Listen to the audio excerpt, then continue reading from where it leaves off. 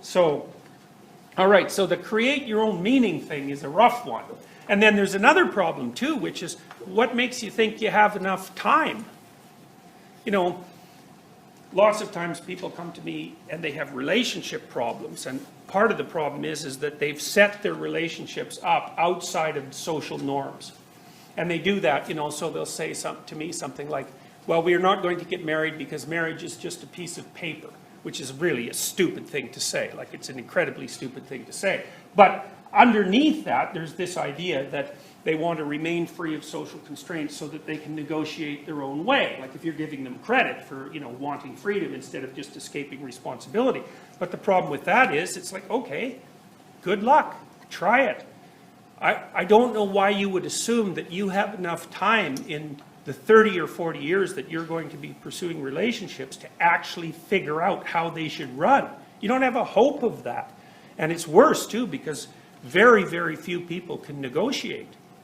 You know, because here's the way it works.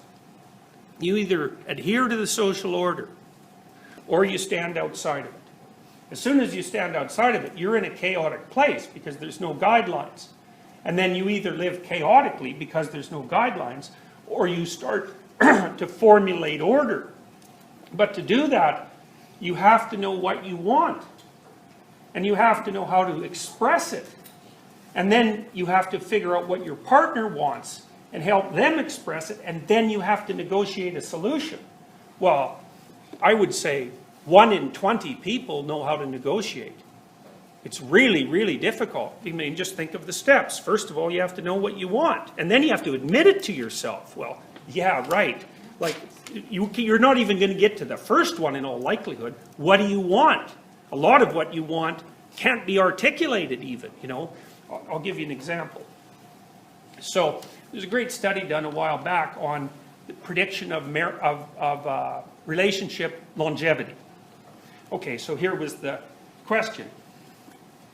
How many negative interactions do you have to have per set of how many positive interactions per negative interaction do you have to have with your partner in order for the relationship to remain stable? Okay, so let's say you have 1 negative interaction to every 1 positive interaction, okay? Or maybe you have 10 negatives to every positive. Then you can imagine a different situation where you have 100 positive to 1 negative, right? Spanning the whole potential continuum. And you use that to predict relationship satisfaction and longevity. Well, you might think, well, God, obviously 100 positive to 1 negative is the preferable ratio. And so it's those people who, you know, their relationship is nothing but constant compliments and bliss. They're the ones who last. It's not true. What you see is that there's an optimal ratio domain. If it falls below 5 to 1 positive to negative, then your relationship falls apart. It's too negative. And it's partly because people feel negative emotion more than they feel positive emotion. Because you can be hurt more than you can be pleased. And so one that's only 5 to 1 is too punishing, and people won't stay in it. But if you get above 11 to 1, it gets not punishing enough. And you think, well, what does that mean exactly? Well, what do you want in a relationship? Well, you think, bliss. It's like, that isn't what you want, as it turns out. It's more like you want someone to contend with. You know, you don't want a pushover. You don't want everything just to be easy. You know, and this is the sort of phenomenon that Kierkegaard was talking about when he talked about deciding to make things more difficult for people because that's what they need.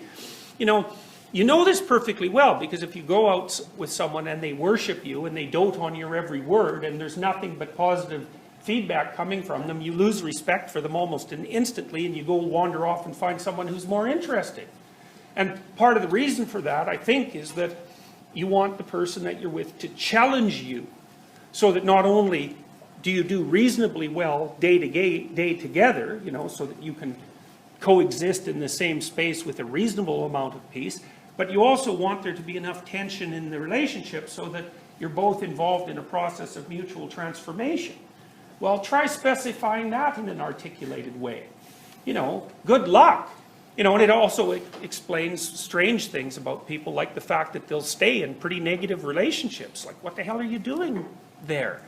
if you'd articulated it 2 years ago and you said, well, I want to be with someone I'm miserable with half the time, of course, you're never going to say that, but it could easily be that that's what you're after.